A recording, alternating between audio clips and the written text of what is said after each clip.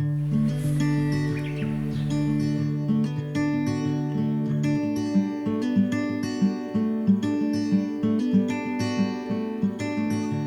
know a place where we can go and be alone. 1年間のフィンランド生活から帰国して割とすぐ、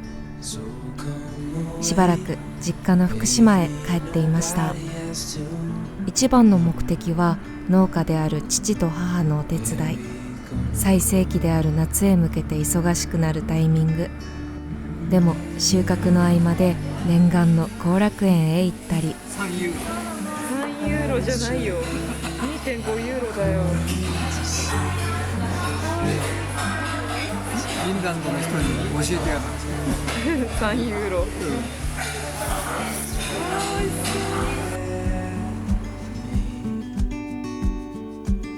Don't tell your friends. 郡山市立美術館で開催されていた北斎と広重の大浮世絵展へ行ったり、 Sun on my skin, sleeping under stars when it's gone.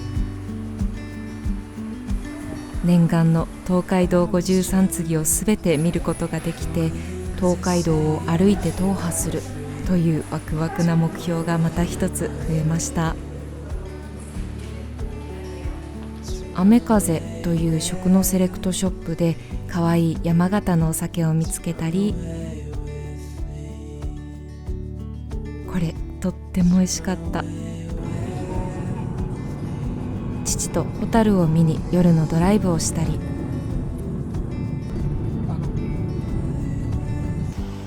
産ヶ沢川のホタル。この日は少し寒かったのであんまり出ないかなと心配だったけれど、とっても綺麗に光っていました。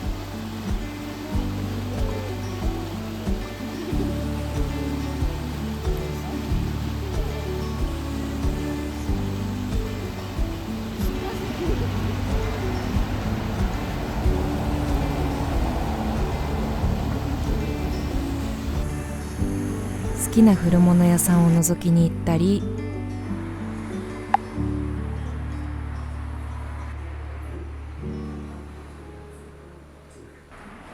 須賀川市にあるこちらのお店、物語を感じる素敵な古物たちが心地の良い余白を持って並んでいます。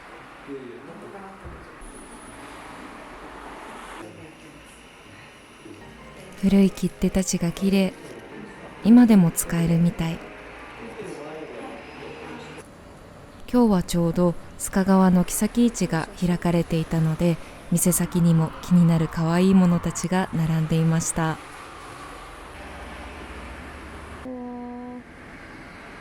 古物屋しぐれさんでゲットしてきたものたちです。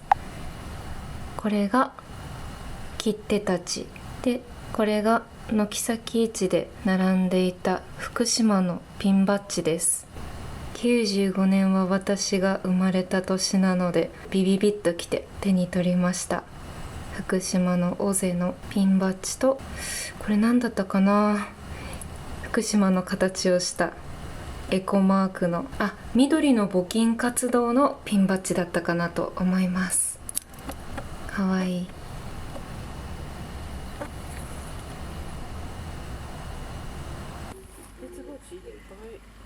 すごい。実家の庭の母の菜園。小さいけれどいろんな野菜やお花が元気にすくすくと育っています。お、取れた。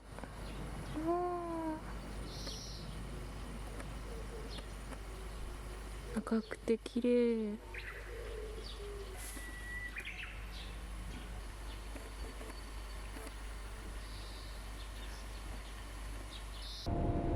お庭のアジサイや接ぎ木したキュウリの苗、シソやパセリの苗を分けてもらって、ホクホクで東京へと戻ります。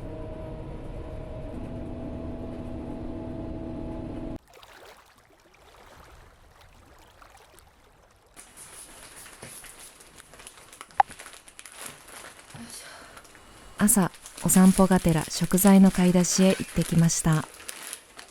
福島で買ってきた梅を使って梅酒も作りたい。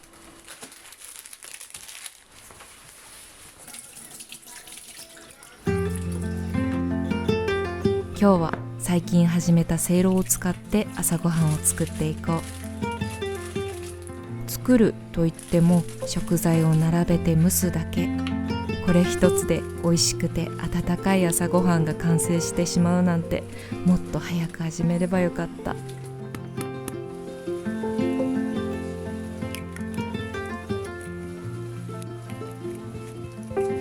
パンは 2,3 分でいいみたいなので後から入れることにします。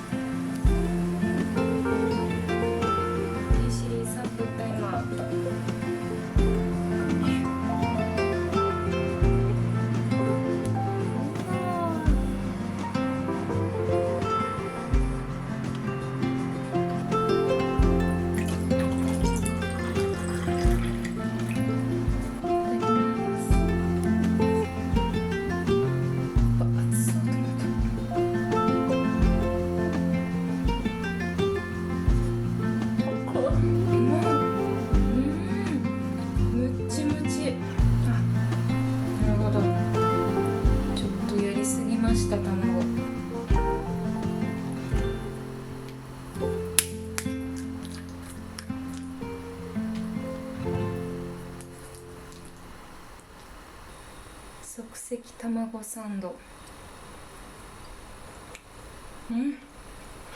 うまっ。せいろは水洗いをして乾かしておきます。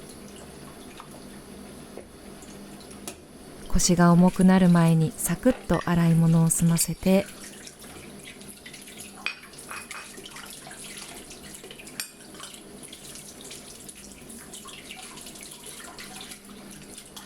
食後のカフェオレのためにコーヒーを入れます。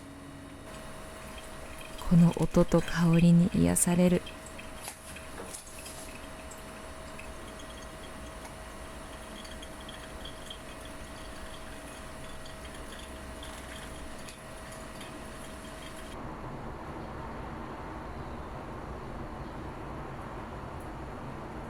この後お出かけをするので、今日も今日とて窓辺でメイクを。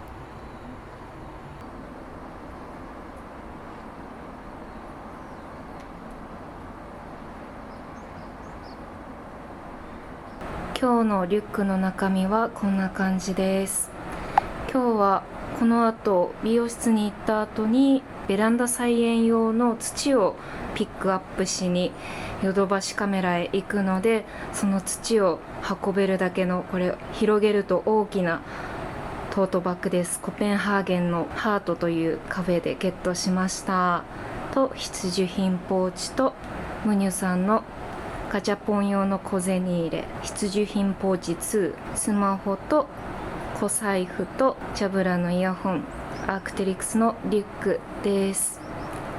行ってきます。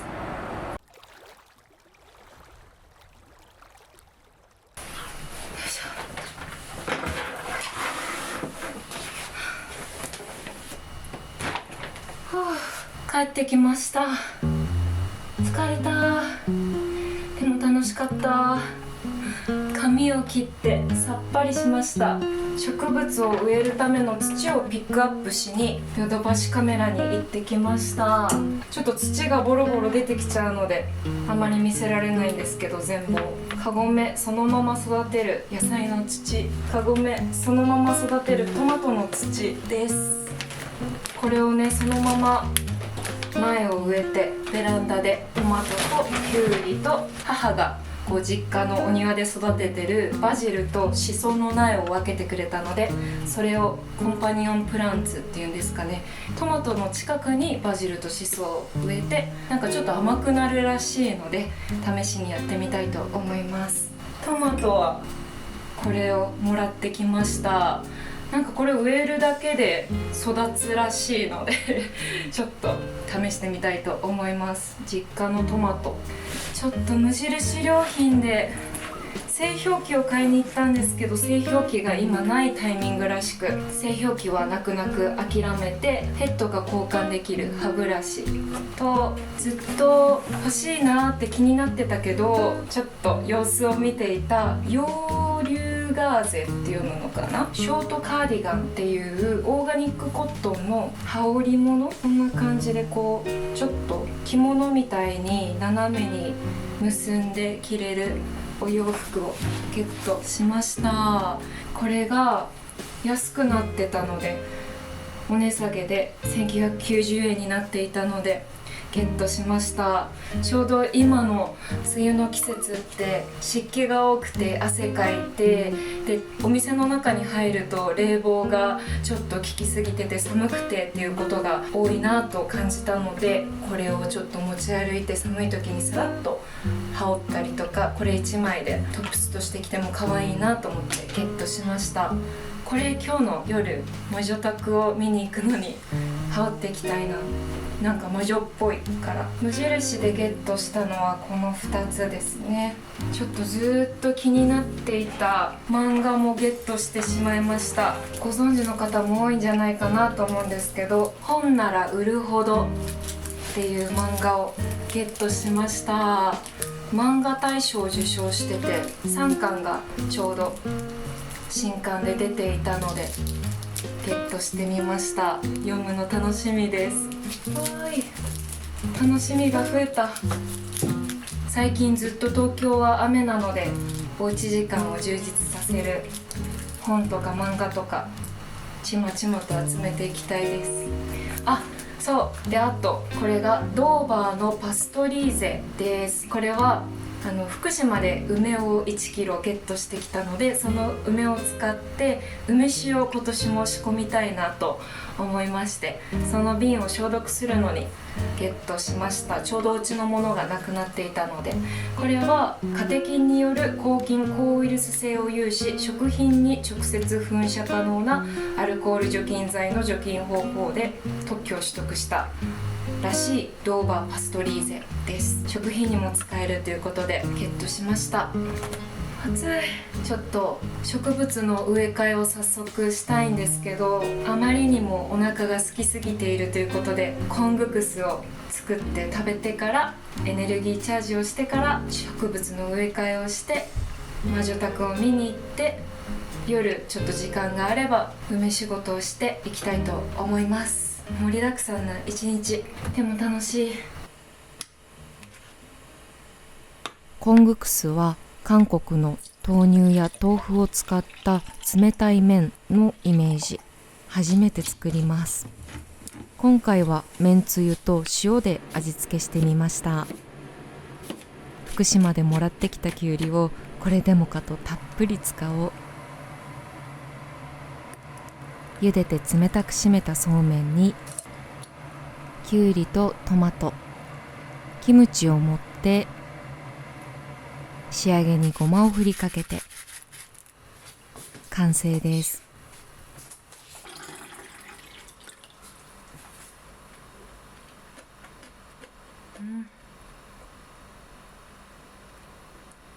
ちょっと味が足りなくて、白だしとあと香り付けにごま油足しました。これで完璧では？うまい。一旦苗たちをベランダから避難して、ベランダをちょっと洗ってから植え替えをしていきたいと思います。この2つが実家で接ぎ木、下の根っこのところがかぼちゃの根っこ。かぼちゃって病気とかに強いので、それとこう接ぎ木をした苗になります。結構もう伸び伸びで定食の時期を過ぎちゃってるかもしれないんですけど、なんとかギリギリ間に合えばいいなと思っています。手前の2つがバジルとシソです。よし。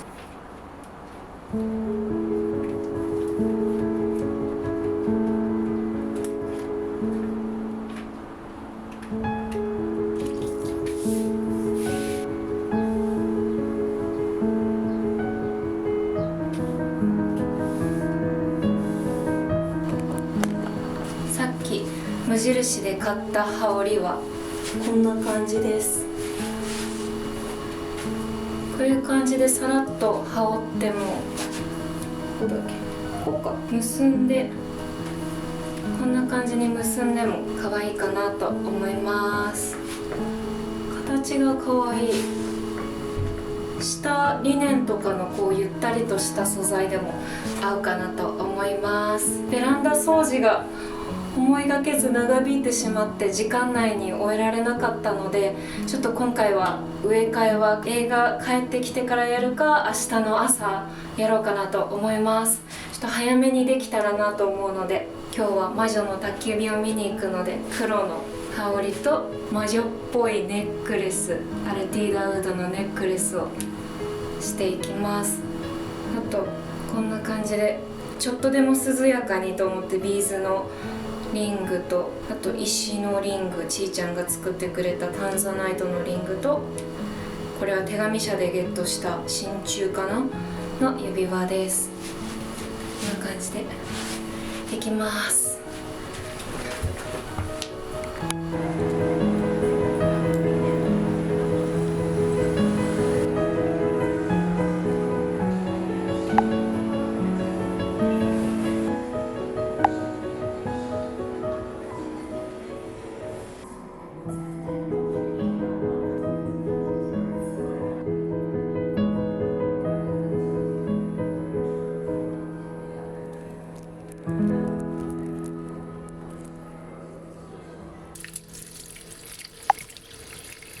家に帰って少し時間に余裕があったので、映画のことを思い出しながらじっくりと梅仕事をしていきます。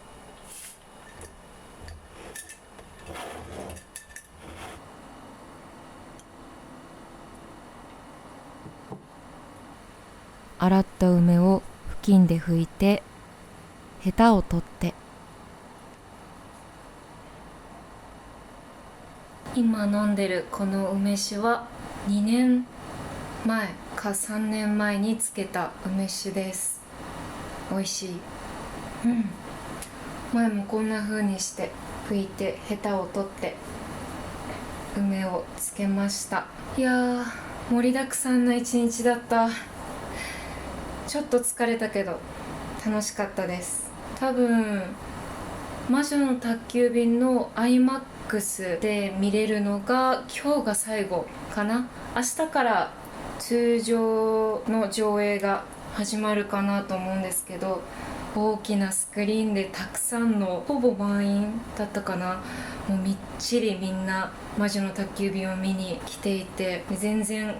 顔も名前も知らない誰かと一緒に隣の人がポップコーン食べる音を聞いたり、くすって笑ったりする音を聞きながら、あの魔女の宅急便を映画館で見ることができて本当に良かったです。なんかみんなで大きな金曜ロードショーを見てるような、なんか金曜ロードショーを見てる時って、あ、今みんなで見てるんだなっていう感覚がすごい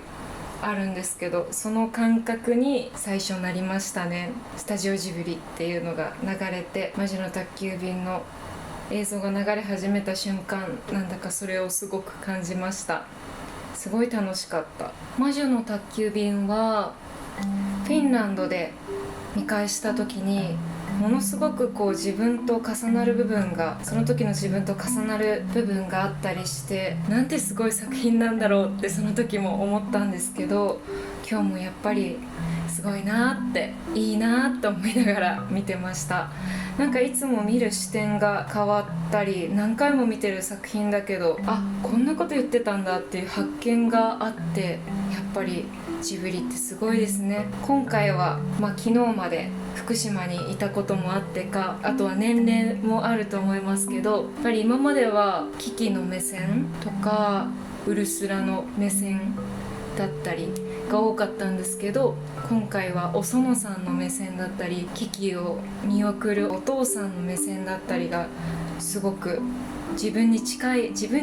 というか、なんかそこに思いを馳せることが多かった回でした。13歳で独り立ちする娘を送り出すって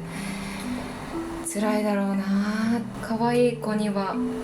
旅させよみたいな言葉があったかなと思うんですけど、本当にそうだなと思うけど、そうする親の気持ちみたいなことをすごい考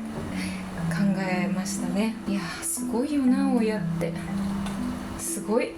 あと子供を育てる時間っていうのは本当に大変だけど、きっとものすごく一瞬なんだろうなって、なんかお父さんが冒頭でいつの間にこんなに大きくなってしまったんだろうっていう感じのセリフがあったかなと思うんですけど、なんか子供ってものすごい勢いで成長して巣立っていってしまうんだろうなってなんだか思いました。想像ですけど。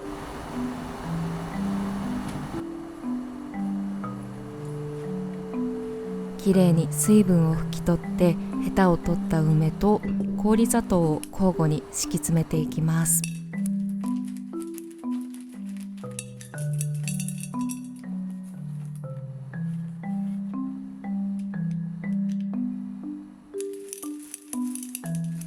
最後に果実酒用の焼酎を入れて完成です。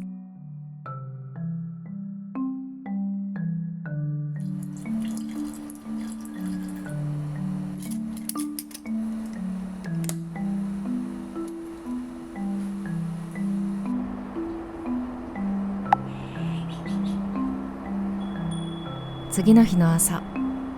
早速植え替えをしていきます。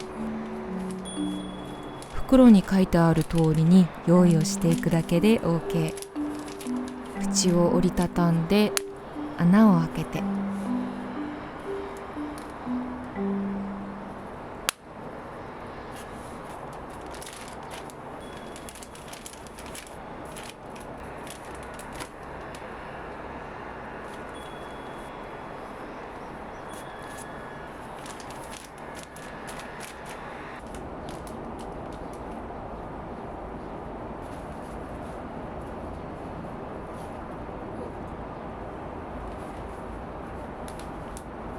土がふわふわと軽すぎて植えるのに少し苦労しましたが、あっという間に完成しました。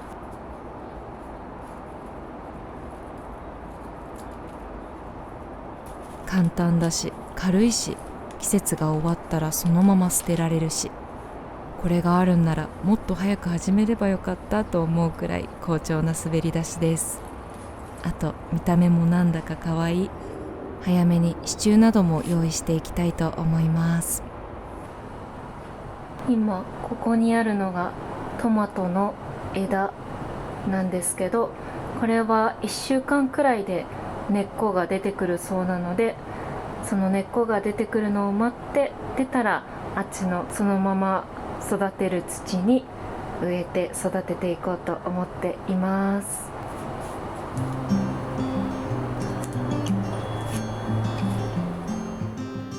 最後まで見てくださりありがとうございました。ベランダ菜園のおすすめなどがあれば、ぜひコメントで教えてくださると嬉しいです。それぞれにとっての良き梅雨の日々をお過ごしください。